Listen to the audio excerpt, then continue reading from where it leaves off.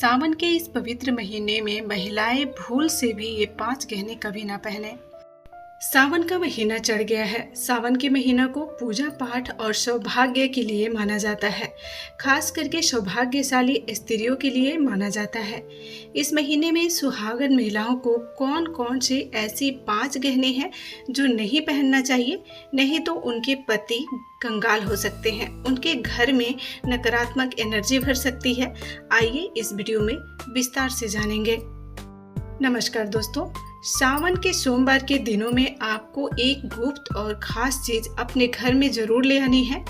सावन के महीने में किसी भी दिन अगर आप ये चीज ले आएंगे तो आपका भाग्य बदलना निश्चित है।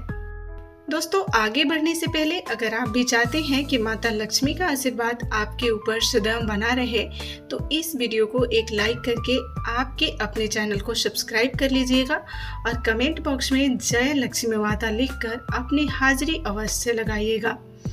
आपके जीवन की सारी परेशानियां जल्दी खत्म हो सकती है अगर आप सावन के महीने में कुछ खास बातों का ध्यान रखें।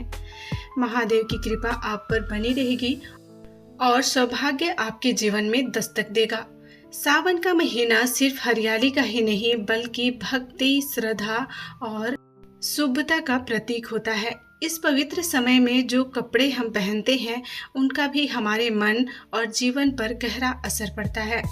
खास करके सुहागन महिलाएं और कुंवारी कन्याएं अगर इस दौरान हरे, पीले, गुलाबी जैसे शुभ रंगों के वस्त्र पहने तो न केवल उनका सौंदर्य निखरता है बल्कि घर में सुख और शांति और समृद्धि भी बनी रहती है। लेकिन कुछ रंग ऐसे होते हैं जिन्हें इस महीने में पहनने से बचना चाहिए, जैसे कि काला और सफ़ेद रंग। काला रंग नकारात्मकता और शनि ग्रह का प्रतीक माना गया है। ये मन में उदासी, चिड़चिड़ापन और क्रोध को बढ़ा सकता है।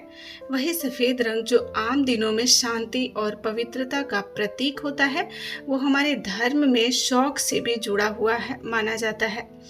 यही कारण है कि सावन जैसे शुभ महीने में इन रंगों से दूरी बनाए रखना ही बेहतर होता है। अब बात करें सोमवार की तो ये दिन भगवान शिव को समर्पित होता है। इस दिन का व्रत बेहद पवित्र और सात्विक माना जाता है।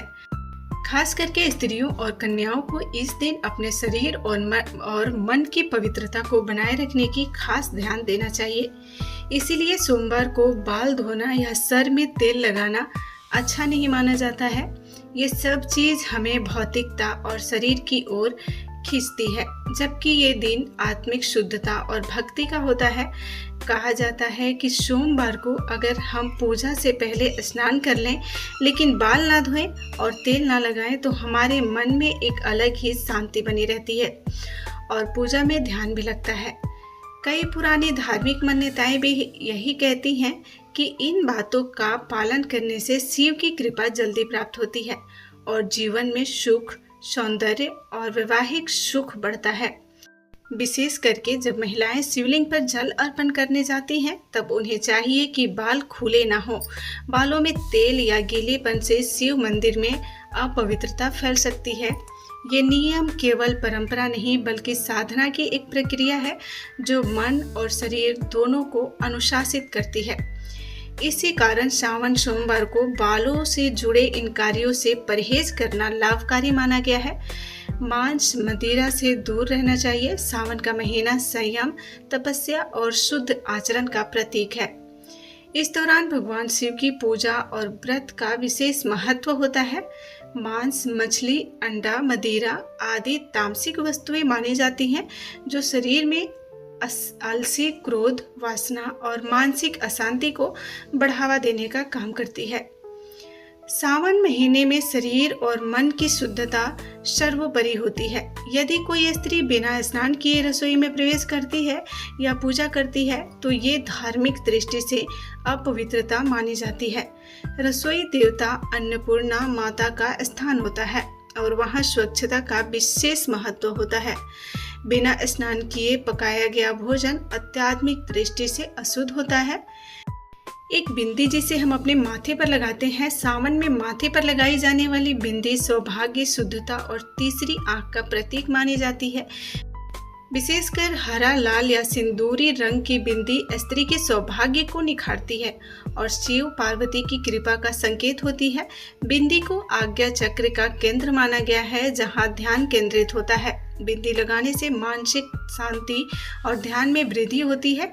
सावन में हरे रंग की बिंदी पहनने से सुख शांति बनी रहती है और विवाह योग्य कन्याओं को योग्य वर की प्राप्ति की योग बनती है।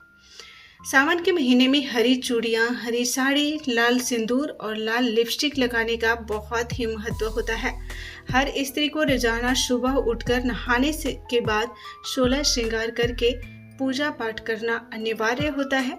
ऐसा करने से आपके घर में माता लक्ष्मी अपने आशीर्वाद बरसाने शुरू कर देती हैं।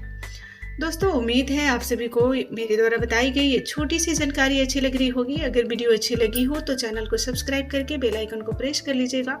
साथ ही वीडियो को लाइक करके अपनी फैमिली और फ्रेंड्स के साथ शेयर जरूर कर दीजिएगा।